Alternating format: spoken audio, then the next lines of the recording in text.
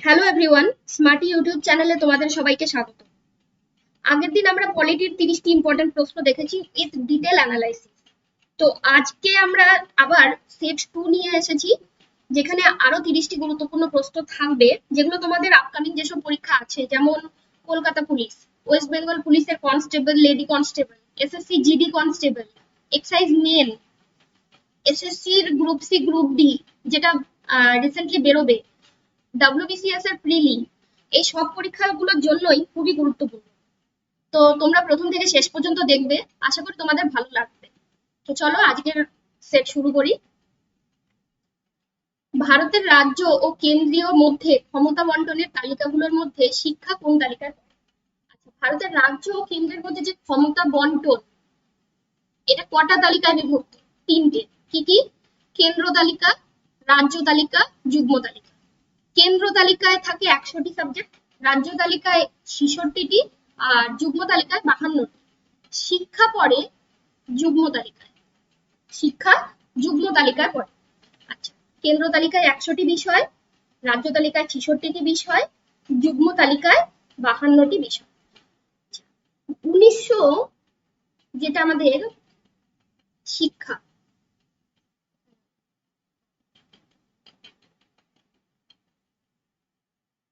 1976 সালে, 1976 সালে কততম সংশোধনী? 42তম সংশোধনী। এই সংশোধনীতেই শিক্ষাকে রাজ্য তালিকা থেকে, শিক্ষা আগে ছিল রাজ্য তালিকায়, শিক্ষা রাজ্য তালিকা থেকে যুগ্ম তালিকায় অন্তর্ভুক্ত হয়।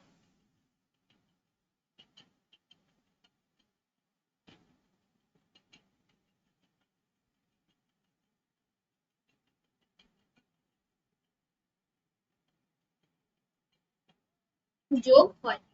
আচ্ছা, এই যে কেন্দ্র তালিকা, রাজ্য তালিকা, যুগ্ম তালিকা, এগুলো আমাদের কততম তপশিল বলতো? তপশিল হচ্ছে 7th, সপ্তম তপশিলে এই তালিকাগুলোর কথা আছে, তাই তো? নেক্সট, রাজ্যসভা মন্ত্রী পরিষদকে নিয়ন্ত্রণ করে, অনুমোদন করে, শুধু আলোচনা করে, নিয়ন্ত্রণ করে না।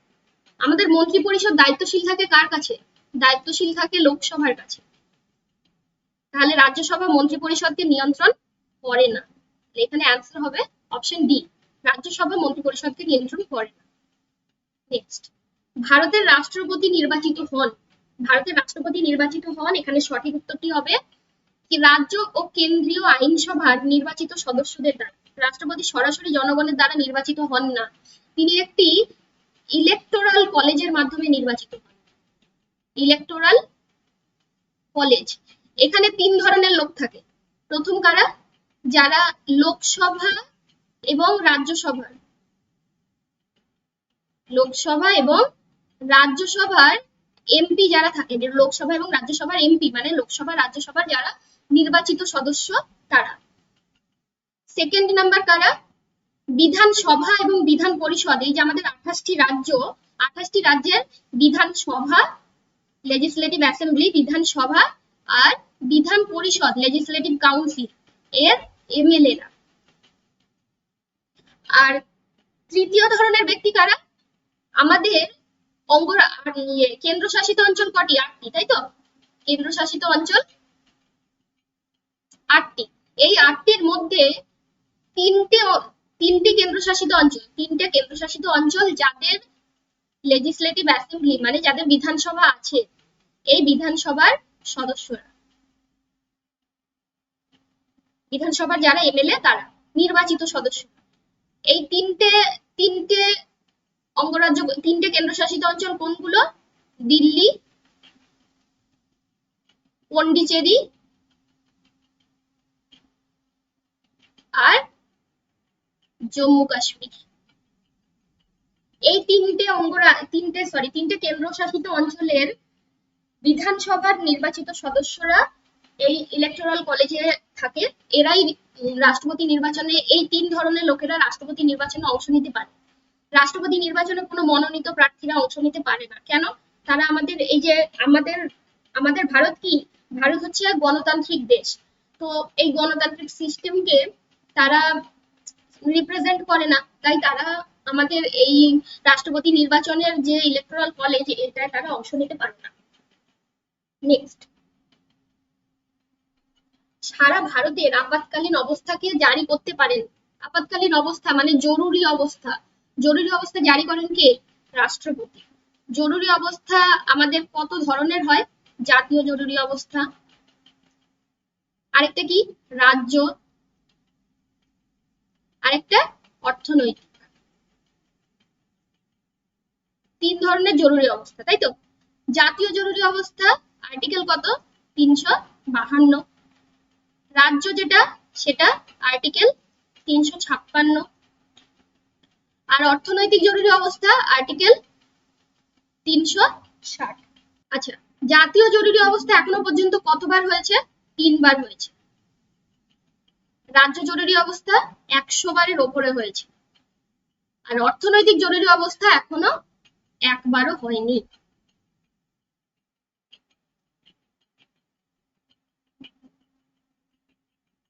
নেক্সট,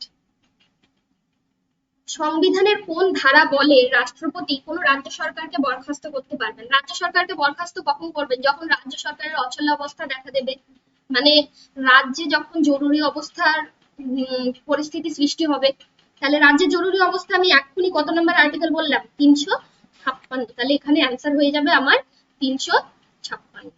352 কি? 352 জাতীয় জরুরি অবস্থা।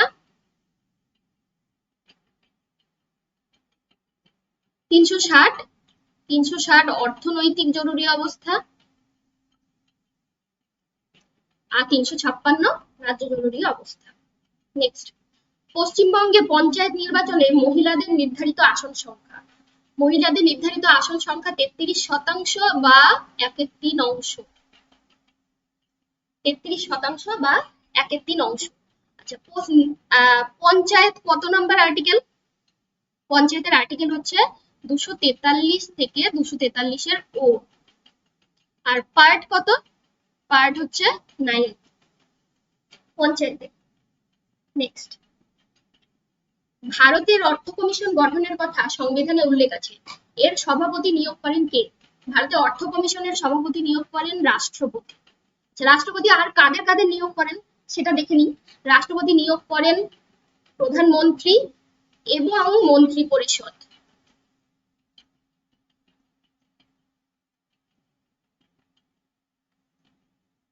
রাজ্যপাল, বিভিন্ন রাজ্যের রাজ্যপাল, ইউপিএসসি এবং অর্থ কমিশনের চেয়ারম্যান। ইউপিএসসি চেয়ারম্যানকেও রাষ্ট্রপতি নিয়োগ করেন, অর্থ কমিশনের চেয়ারম্যানকেও রাষ্ট্রপতি নিয়োগ করেন। অন্যান্য দেশে যে অ্যাম্বাসাডার যায়, সেই সব অ্যাম্বাসাডারদের রাষ্ট্রপতি নিয়োগ করেন। আইআইটি, আইআইএম, এনআইটি, এনআইএসপি এর ডিরেক্টর। আইআইটি কি? Indian Institute of Technology. IIM Indian Institute of Management. NIT National Institute of Technology. NIFT National Institute of Fashion Technology. এদের ডিরেক্টরদের রাষ্ট্রপতি নির্বাচিত করেন। CAG, CEC, CIC, CVC, AG. CAG হচ্ছে Controller and Auditor general.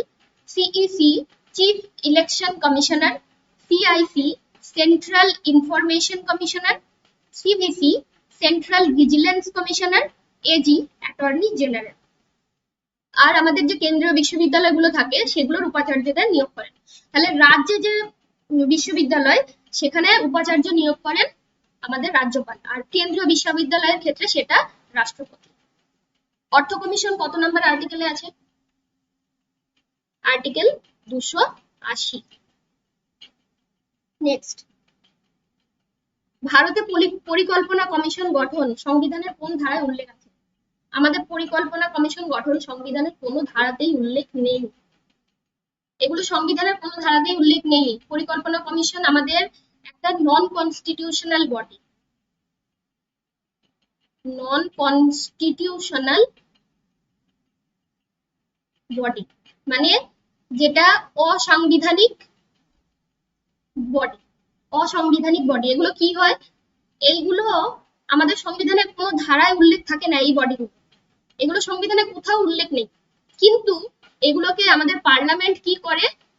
Parliament এগুলোকে নিয়ে আসে। Parliament এগুলোকে নিয়ে আসে কেন? আমাদের সমাজের কল্যাণের জন্য, রাষ্ট্রের কল্যাণের জন্যই এই এই ধরনের বডিগুলো তৈরি করে পার্লামেন্ট, রাষ্ট্রের কল্যাণের জন্য এই ধরনের বডিগুলো তৈরি করে পার্লামেন্ট। তাহলে এই কনস্টিটিউশন, এই নন কনস্টিটিউশনাল বডিগুলো ক ধরনের হয়? দু ধরনের। একটা হচ্ছে বিধিবদ্ধ, যেটা স্ট্যাটুটরি বলি আমরা, বিধিবদ্ধ। আরেকটা হচ্ছে অবিধিবদ্ধ, যেটা নন স্ট্যাটুটরি। এই অবিধিবদ্ধর মধ্যেই, আচ্ছা বিধিবদ্ধ কি? যেগুলো আইন পাস করে আনা হয়। এই বিধিবদ্ধ গুলো আইন পাস করে, পার্লামেন্টে আইন পাস করে তারপরে আনা হয়। কিন্তু যেগুলো অবিধিবদ্ধ, এগুলোর ক্ষেত্রে পার্লামেন্টে কোনো আইন পাস হয় না। পার্লামেন্টে আইন পাস হয় না, তাই জন্য এগুলো পার্লামেন্ট যখন মনে হয় এগুলোকে বাতিল করে দেয়, যখন মনে হয় এগুলোকে আবার যখন মনে হয় আরেকটা নতুন গঠন করে। যেমন আমাদের এই প্ল্যানিং কমিশন, যেটা 2014-তে সরকারের মনে হলো এটা আর রাখার দরকার, এটা বাদ দিয়ে দিল। দিয়ে কি করলো? নীতি আয়োগ নিয়ে এলো, তাই তো? 2015-তে নীতি আয়োগ নিয়ে এলো। এগুলো সবই অবিধিবদ্ধ সংস্থা। আর বিধিবদ্ধর মধ্যে আমাদের SSC, national Commission for women right, national Commission for child protection right, এগুলো সব বিধিবদ্ধ সংস্থা। আর আচ্ছা, এগুলো বললাম নন কনস্টিটিউশনাল বডি। তাহলে কনস্টিটিউশনাল বডি মানে সাংবিধানিক সভা কোনগুলো?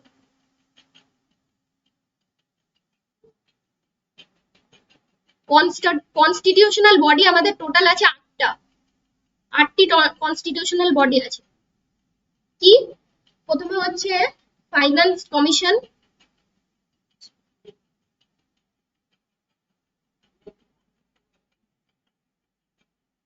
অর্থ commission, finance commission.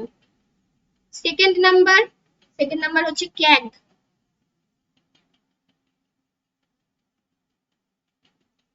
Third UPSC,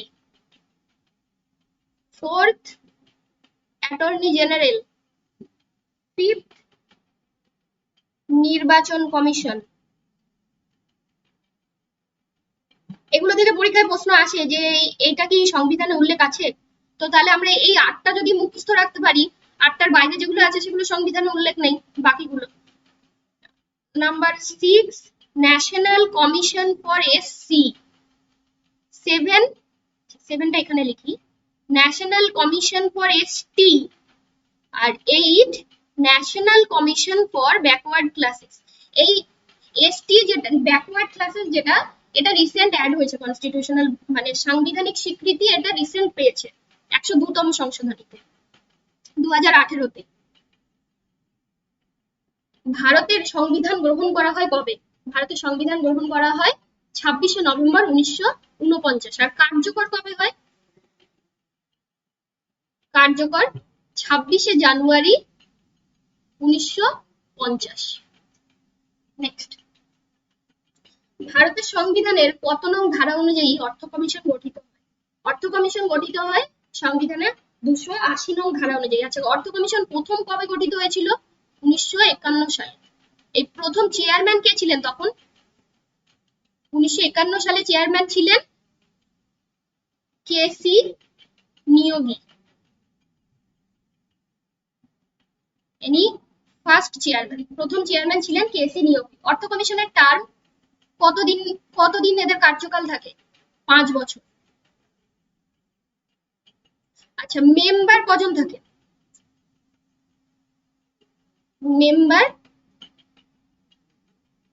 member থাকেন টোটাল 5 জন, একজন চেয়ারম্যান, বাকি 4 জন এমনি মেম্বার, টোটাল 5 জন। ওকে, নেক্সট, ভারতীয় সংবিধানের কোন ধারায় রাজ্যপালের হাতে রাজ্য পরিচালনার প্রশাসনিক ক্ষমতা আছে?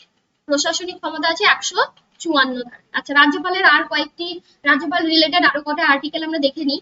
153 হচ্ছে বলে যে প্রতিটি রাজ্যে একজন রাজ্যপাল থাকবেন, মানে একজন রাজ্যপাল থাকবেন, সেটা মেনশন করা থাকে আর্টিকেল 153। 154 রাজ্যের প্রশাসনিক ক্ষমতা রাজ্যপালের হাতে ন্যস্ত থাকবে। 155 রাজ্যপালের নিয়োগ। 156 রাজ্যপালের কার্যকাল। 157 রাজ্যপালের যোগ্যতা, 161 মৃত্যুদণ্ডপ্রাপ্ত আসামির দণ্ড পরিবর্তনের অধিকার রাজ্যপালের নেই। শুধুমাত্র আমাদের ভারতে মানে পুরো দেশে মৃত্যুদণ্ডপ্রাপ্ত আসামির দণ্ড পরিবর্তনের অধিকার শুধুমাত্র রাষ্ট্রপতির হাতেই আছে, আর কারো কাছে মানে রাজ্যপাল অন্য কোনো ব্যক্তির কাছে নেই। আর আরেকটা যেটা সেটা হচ্ছে 1956 সালে কততম সংশোধনী? সপ্তম, তাই তো? 1956 সালে, সরি তপশিল লিখে ফেলছি,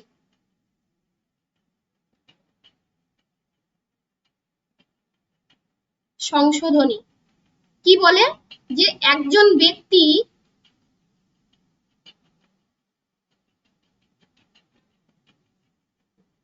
দুই বা তার বেশি রাজ্যের রাজ্যপাল নিযুক্ত হতে পারবেন।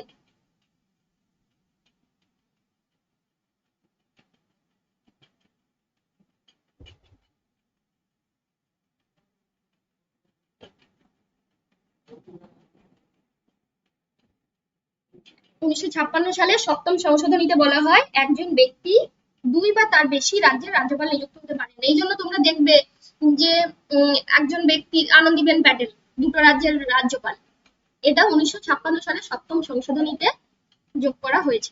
আচ্ছা, নেক্সট, ভারতীয় সংবিধানের জন্য গঠিত গণপরিষদের প্রথম সদস্য সংখ্যা কত ছিল? গণপরিষদের প্রথম সদস্য সংখ্যা ছিল 389 জন। এই 389 জন কিভাবে ভাগ হয়েছে?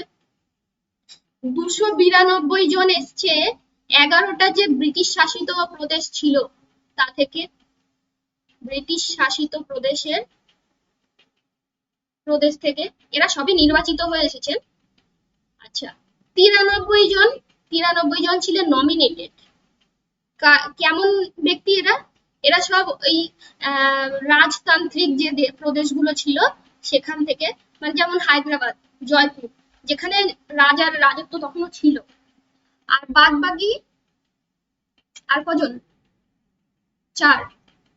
এই 4 জন এসছেন মুখ্য কমিশনার শাসিত প্রদেশ থেকে।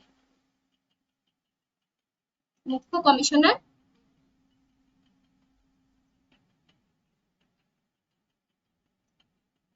টোটাল 389। এরপরে যখন পাকিস্তান স্বাধীন হয়ে যায় তখন অবভিয়াসলি পাকিস্তানের দিকে যারা মেম্বার ছিল তারা পাকিস্তানে চলে গেছে, তখন মেম্বার কমে হয়ে যায় 299 জন। এটা পাকিস্তান স্বাধীন হওয়ার পর। নেক্সট, ভারতের রাষ্ট্র পরিচালনা সংক্রান্ত নির্দেশাত্মক নীতিগুলির সাথে ড্যাশ মিল রয়েছে। নির্দেশাত্মক নীতি আমরা নিয়েছি কোথা থেকে? আয়ারল্যান্ড থেকে। আয়ারল্যান্ড আবার কার থেকে নিয়েছে? আয়ারল্যান্ড নিয়েছে স্পেন থেকে। আয়ারল্যান্ড ধার করেছে স্পেন থেকে, আমরা ধার করেছি আয়ারল্যান্ড থেকে। আয়ারল্যান্ড থেকে আর কি কি নেওয়া হয়েছে? আয়ারল্যান্ড থেকে আমাদের রাষ্ট্রপতির নির্বাচন নেওয়া হয়েছে, নির্দেশাত্মক নীতি নেওয়া হয়েছে, আর রাজ্যসভায় সদস্য মনোনয়ন। টোটাল কজন সদস্য আমরা নিই? রাষ্ট্রপতি কজন সদস্যকে মনোনয়ন করেন? 12 জন সদস্যকে মনোনয়ন করেন যারা দেশের বিভিন্ন ক্ষেত্রে বিখ্যাত, যেমন সচিন তেন্ডুলকর, মেরি কম, এরা। ভারতীয় সংবিধানের গণপরিষদ দ্বারা খসড়া কমিটির প্রধান কে ছিলেন? খসড়া কমিটির প্রধান ছিলেন ডক্টর বি.আর. আম্বেদকর। আচ্ছা, খসড়া কমিটি ছিলেন ডক্টর বি.আর. আম্বেদকর। স্থায়ী সভাপতি কে ছিলেন? ডক্টর রাজেন্দ্র প্রসাদ। আর steering committee doctor Rajendra Prasad. Jawaharlal Nehru ছিলেন ফ্ল্যাগ কমিটি, জাতীয় পতাকা কমিটির সভাপতি ছিলেন, প্রধান ছিলেন জওহরলাল নেহেরু। নেক্সট, গণপরিষদের সদস্য ছিলেন প্রাদেশিক সভা দ্বারা নির্বাচিত। তারা বিভিন্ন প্রদেশ থেকে নির্বাচিত হয়ে তবে এসেছিলেন। তখন আমাদের দেশে কোনো রাজ্য বলে কিছু ছিল না, তখন ছিল সব প্রদেশ। টোটাল 15টি প্রদেশ ছিল। 11টি ছিল মানে ব্রিটিশ সরকার শাসিত প্রদেশ, আর 4টি ছিল চিফ কমিশনার মানে মুখ্য কমিশনার শাসিত প্রদেশ। এর মধ্যে এই 11টি থেকে এসেছিল 292 জন, আর 4টি থেকে এসেছিল আরো 4 জন, আর বাদ বাকি 93 জন নমিনেটেড। এটা তোমাদের এখনই বললাম। নেক্সট, অর্থ বিল কেবলমাত্র নিম্নলিখিত স্তরে উত্থাপিত হতে পারে। অর্থ বিল কেবলমাত্র পার্লামেন্টে, কেবলমাত্র লোকসভায় উত্থাপিত হয়। আর যখন লোকসভা স্পিকার কোনো বিলকে অর্থ বিল বলে ঘোষণা করবেন তখনই সেই বিল অর্থ বিল। অর্থ বিল আমাদের কত নাম্বার আর্টিকেল? অর্থ বিলের আর্টিকেল হচ্ছে 110। আচ্ছা, অর্থ বিল লোকসভায় সিম্পল মেজরিটিতে পাস হয়। উত্থাপন করার পরে সেটা সিম্পল মেজরিটিতে পাস হলো, পাস হওয়ার পর সেটাকে রাজ্যসভায় পাঠানো হয়। রাজ্যসভায় 14 দিনের সময় দেওয়া হয় যে এই 14 দিনের মধ্যে রাজ্যসভায় এটা পাস হতে হবে। কিন্তু যদি রাজ্যসভা 14 দিনের মধ্যে পাস না করে সেক্ষেত্রে কি হয়? সেক্ষেত্রে ধরেই নেওয়া হয় যে এই বিলটা পাস। নেক্সট, নিম্নলিখিত কোন বাক্যটি ত্রিশঙ্কু পার্লামেন্টের প্রকৃত সংজ্ঞা? ত্রিশঙ্কু পার্লামেন্ট কাকে বলে? যে পার্লামেন্টে কোন রাজনৈতিক দলের সংখ্যাগরিষ্ঠতা নেই সেটাকে বলা হয় ত্রিশঙ্কু পার্লামেন্ট। আচ্ছা, এখানে অপশনে আমি আরেকটা জিনিস দেখতে পাচ্ছি, এটা বলিনি। কোরাম, কোরাম কাকে বলে? আমাদের পার্লামেন্টে যখন অধিবেশন গুলো চলে, মানে পার্লামেন্টে প্রতিদিনের যে কাজগুলো চলে সেই কাজে মানে প্রচুর খরচ ব্যয় হয়, প্রচুর। এবার প্রতিদিন প্রতিদিন তো এত খরচ ব্যয় করা সম্ভব নয়, তাই জন্য পার্লামেন্ট থেকে ঠিক করে দেওয়া হয়েছে যে একটা মিনিমাম নাম্বার অফ মেম্বার যদি না থাকে সেই দিন পার্লামেন্টের কাজ শুরু করা হবে না। আর এই মিনিমাম নাম্বার অফ আচ্ছা সদস্যদের সর্বনিম্ন উপস্থিতি, এটা দেখি। সবচেয়ে কম মানে ধরে নেওয়া হয়েছে যে এতজন উপস্থিত থাকতে হবে তবেই পার্লামেন্টের কাজ শুরু হবে। এর থেকে যদি কম থাকে তাহলে পার্লামেন্টের কাজ শুরু হবে। কত ধরে নেওয়া হয়েছে সেটা? 1/10, 1/10 অংশ অফ বোথ হাউস, মানে লোকসভা আর রাজ্যসভার 1/10 অংশ। নেক্সট, পার্লামেন্টের কোন কক্ষের সভাপতি সেই কক্ষের সদস্য নন? এখানে সঠিক উত্তর কি হবে? রাজ্যসভা। রাজ্যসভার চেয়ারম্যান কে? আমাদের উপরাষ্ট্রপতি।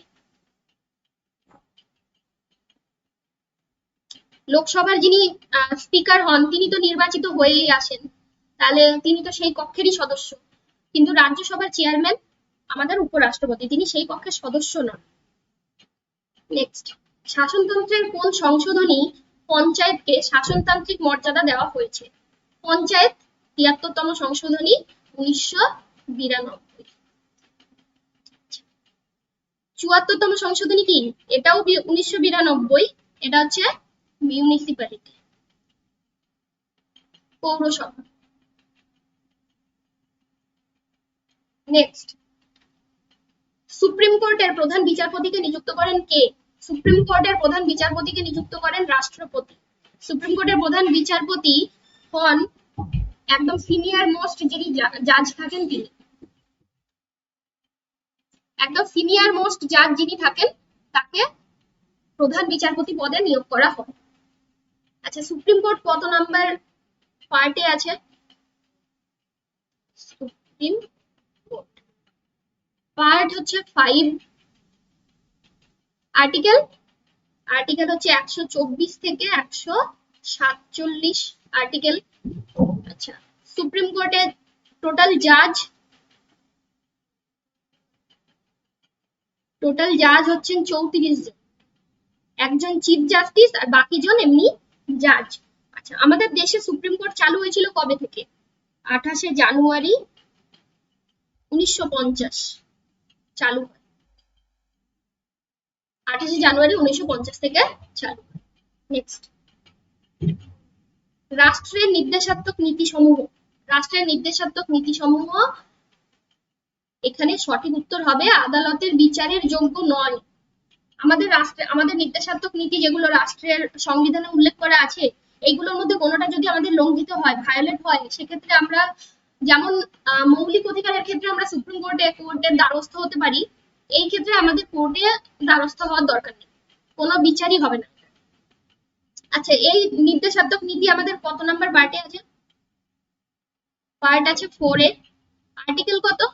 আর্টিকেল 36 থেকে 51 আর্টিকেলে আছে, যেগুলো আমাদের আচ্ছা, নির্দেশাত্মক নীতি নেওয়া হয়েছে কোথা থেকে? এটা একটু আগেই পড়েছিলাম আমরা, আর আমরা লিখে দিই, আয়ারল্যান্ড থেকে নেওয়া হয়েছে, তাই তো? নির্দেশাত্মক নীতি নেওয়া হয়েছে আয়ারল্যান্ড থেকে। কয়েকটি ইম্পর্টেন্ট, যেগুলো এই 36 থেকে 51 মধ্যে আমাদের সবকটা পড়ার দরকার নেই, যেগুলো ইম্পর্টেন্ট পরীক্ষায় আসার মতো আমি সেগুলো এখানে বলে দিচ্ছি, তোমরা লিখে নিও। আর্টিকেল 39 এ, সেটা হচ্ছে সকলের জন্য বিনামূল্যে আইনি সহায়তা প্রদান। আর্টিকেল 40 পঞ্চায়েত, গ্রাম পঞ্চায়েত গঠন, মানে একটা নির্দিষ্ট সময় অন্তর অন্তর গ্রাম পঞ্চায়েত গঠন করতে হবে। আর্টিকেল 42 মাতৃত্বকালীন ছুটি আর মাতৃত্বকালীন অবস্থায় কাজের জায়গায় মানবিক সহায়তা, এটা হচ্ছে আর্টিকেল 42।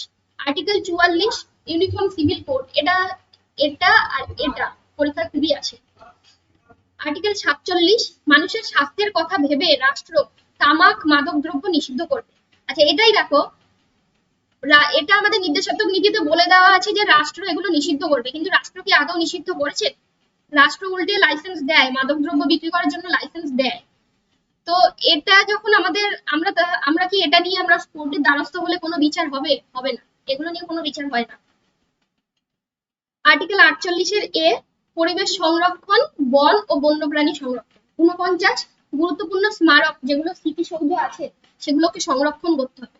আর আর্টিকেল 51 আন্তর্জাতিক শান্তির বিষয়ে উদ্যোগ গ্রহণ করবে রাষ্ট্র।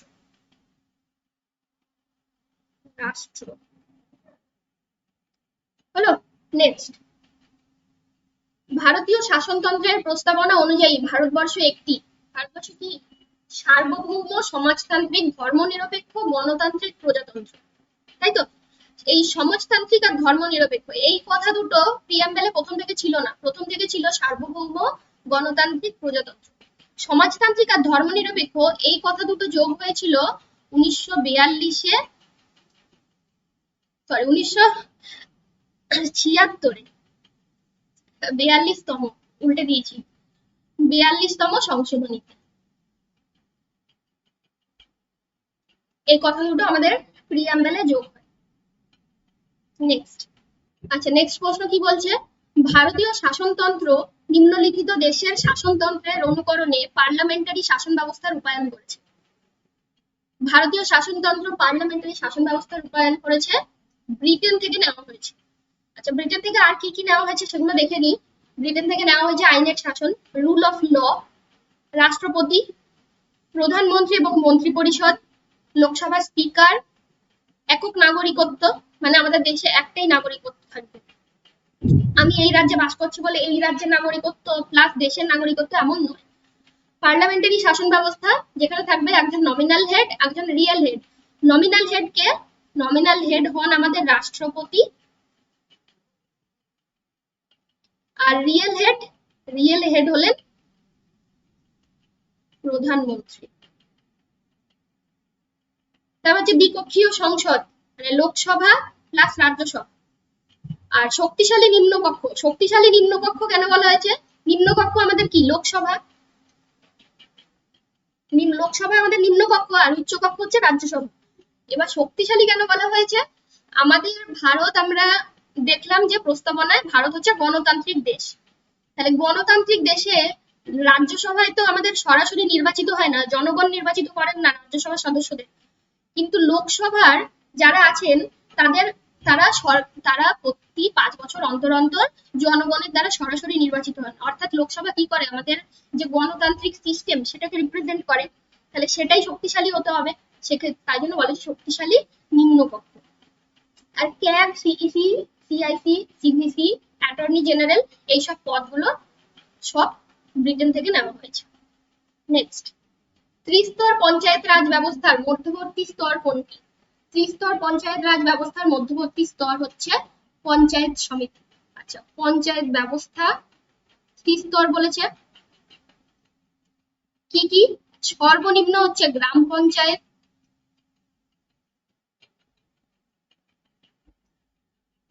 তারপরে হচ্ছে পঞ্চায়েত সমিতি,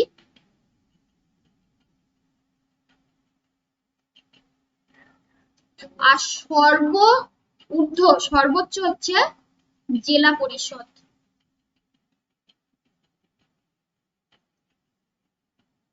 পঞ্চায়েত রাজ ত্রিস্তরীয়, এই ত্রিস্তরীয় পঞ্চায়েত এটা কোন কমিটির সুপারিশে হয়েছে? এটা আমি আগের দিনের সেটেও বলেছিলাম, যারা দেখেছো ভিডিও তারা অবশ্যই বলতে পারবে। বলবন্ত রায় মেহতা কমিটি, তাই তো?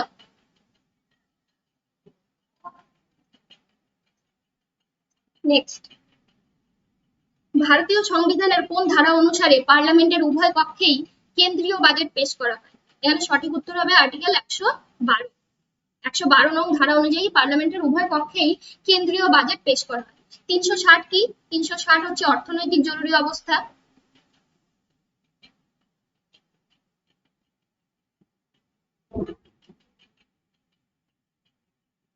370 এটা এখন আর নেই, তাই তো? এটা কি ছিল? জম্মু কাশ্মীরের স্পেশাল স্ট্যাটাস দেওয়া হয়েছিল, এটা এখন ডিলিট হয়ে গেছে। আচ্ছা, এছাড়াও ধরো তোমাদের পরীক্ষায় এই কোশ্চেনটা এসছে, আচ্ছা পার্লামেন্ট, আমি তোমাদের আগের দিনের ভিডিওতে বলেছিলাম পার্লামেন্ট কত নম্বর আর্টিকেল? আর্টিকেল 79 থেকে 122, সেটা বলে দিয়েছিলাম, মনে আছে নিশ্চয়ই। তো ধরো পরীক্ষায় তোমাদের এই কোশ্চেনটা এসছে, এখন তোমরা বলতে পারছো না যে এখানে কত হবে আনসার। দেখো পার্লামেন্ট আমি 79 থেকে 122 আগের দিন বলেছি, সেটা মনে আছে, কিন্তু আমি একদম পার্টিকুলার কোন আর্টিকেল, কোনটা কত নাম্বার আর্টিকেল, এগুলো আমার সবকটা মনে নেই, তাহলে কি করে করবো?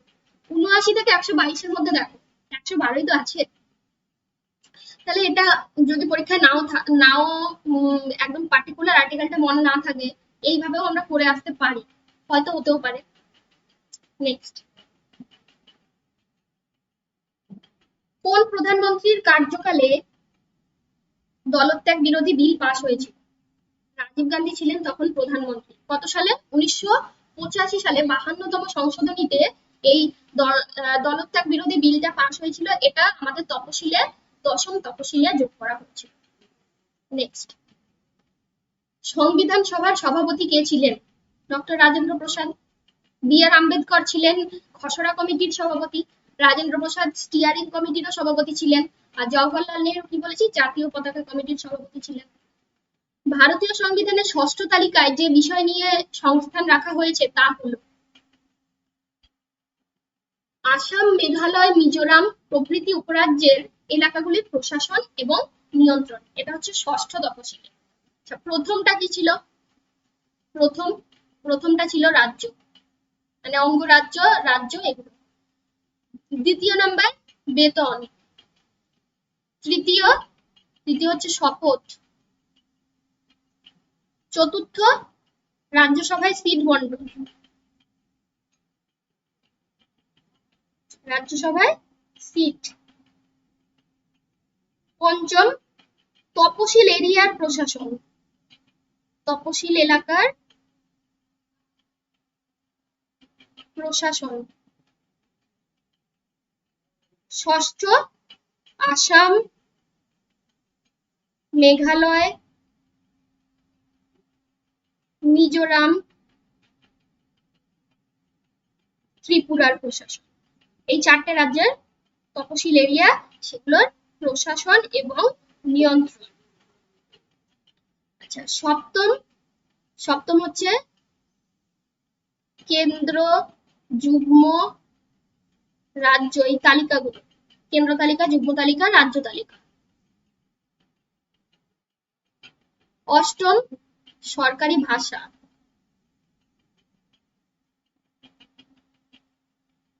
নবম আইন কানুনের বৈধতা।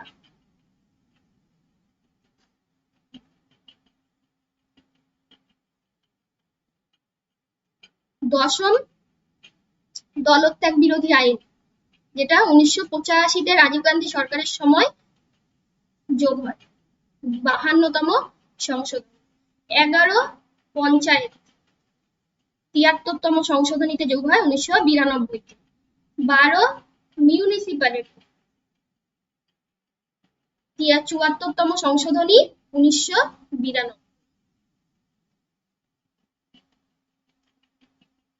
নেক্সট, কোন সংবিধান সংশোধনী আইনে সমস্ত ভারতীয় নাগরিককে শিক্ষার অধিকার দেওয়া হয়েছে? আর্টিকেল 86, তাই তো?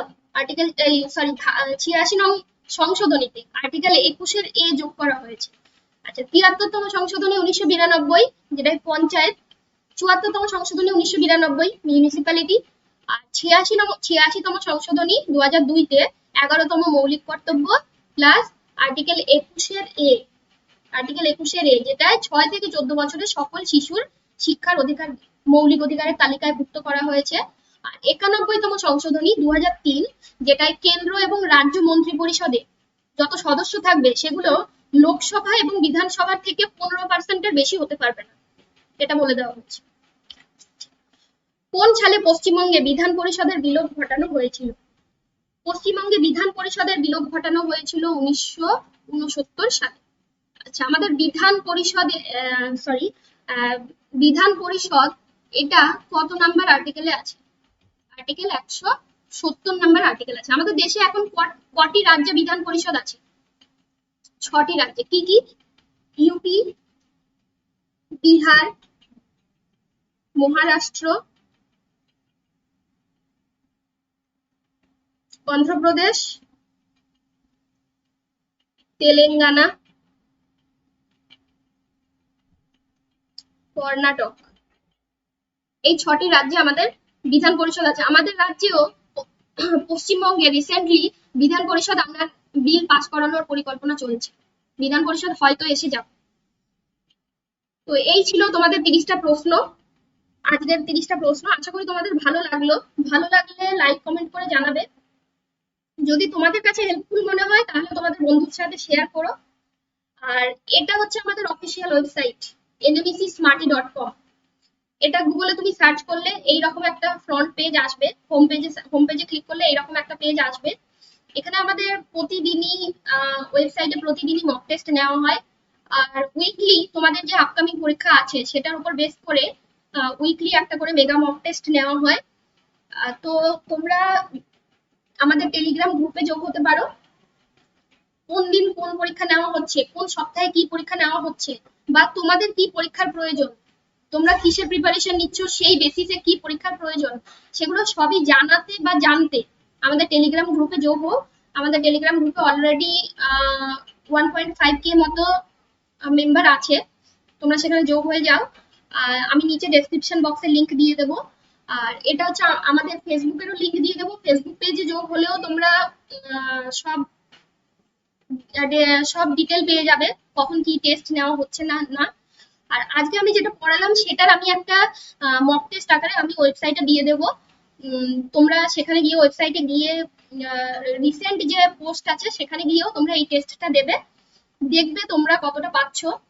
আর যত টেস্ট দেবে, মক টেস্ট বা টেস্ট, নিজেকে যত প্র্যাকটিস করবে তবেই নিজের মূল্যায়ন করতে পারবে যে আমার প্রস্তুতি কতটা হচ্ছে। শুধু পড়লে হবে না, আমাকে টেস্ট দিতে হবে রেগুলার, তবে আমি বুঝতে পারবো যে আমার প্রস্তুতি কতটা হচ্ছে।